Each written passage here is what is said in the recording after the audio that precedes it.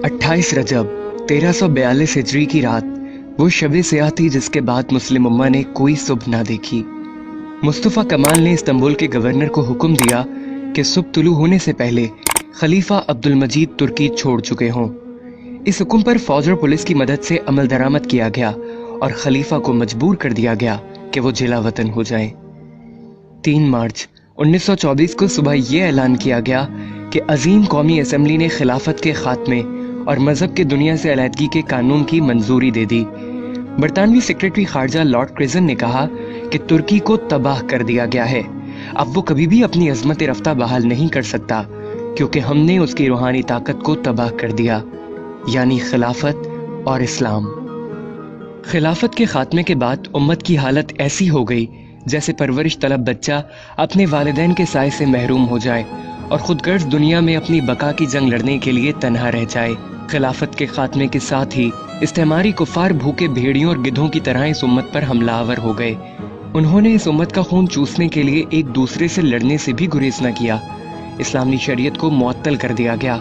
सरजमीन खिलाफत को छोटी छोटी रियासतों में तकसीम कर दिया गया और हर रियासत को अपना आइन, कानून, कौमियत और झंडा देकर तकसीम कर दिया गया।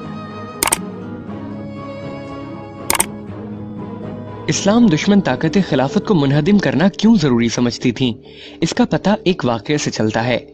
शेखुल इस्लाम मौलाना सैयद हुसैन अहमद मदनी और शेखुल हिंद मौलाना महमूदुल हसन रहमतुल्लाह अलैह तहरीक आज़ादी के सिलसिले में माल्टा जजीरे में नजरबंद थे।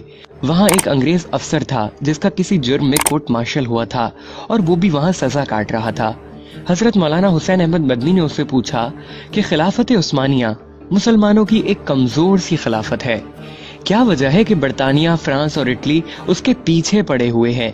हम मुसलमान उस नाम की खिलाफत से अकीदत रखते हैं, लेकिन सारा यूरोप उसको खत्म करने की कोशिश कर रहा है। तुम्हें खिलाफत तुर्किया से क्या खतरा है? उसने कहा, मौलाना आपका सवाल इस कदर सादा नहीं जिस सादगी से आप पूछ रहे हैं।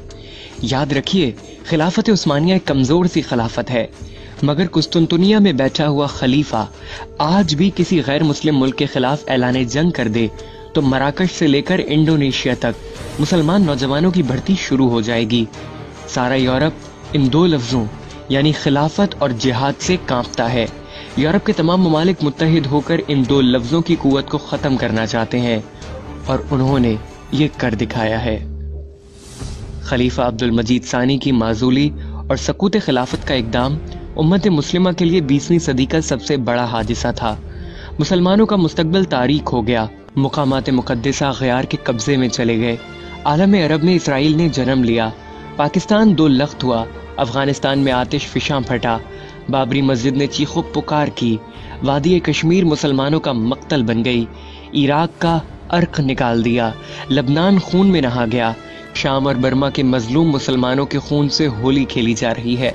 मुसलमान यतीम और लावारिस हो गए। ज़रूरी है हमारे खवास व आम निज़ाम हयात और तर्ज हुकूमत लेने के लिए अक़वाम मग़रिब की तरफ हरीसाना नज़रों से देखने के बजाय अपना रिश्ता ताबनाक माजी से जोड़ लें और शाहराए खिलाफत पर गामजन होकर एक हकीकत शनास मर्द कलंदर के इस कहे को सच्चा कर दिखाएं कि अपनी मिल्लत पे कयास अक़वाम मग़रिब से न कर, ख़ास है तरकीब में कौमे रसूल हाशमी।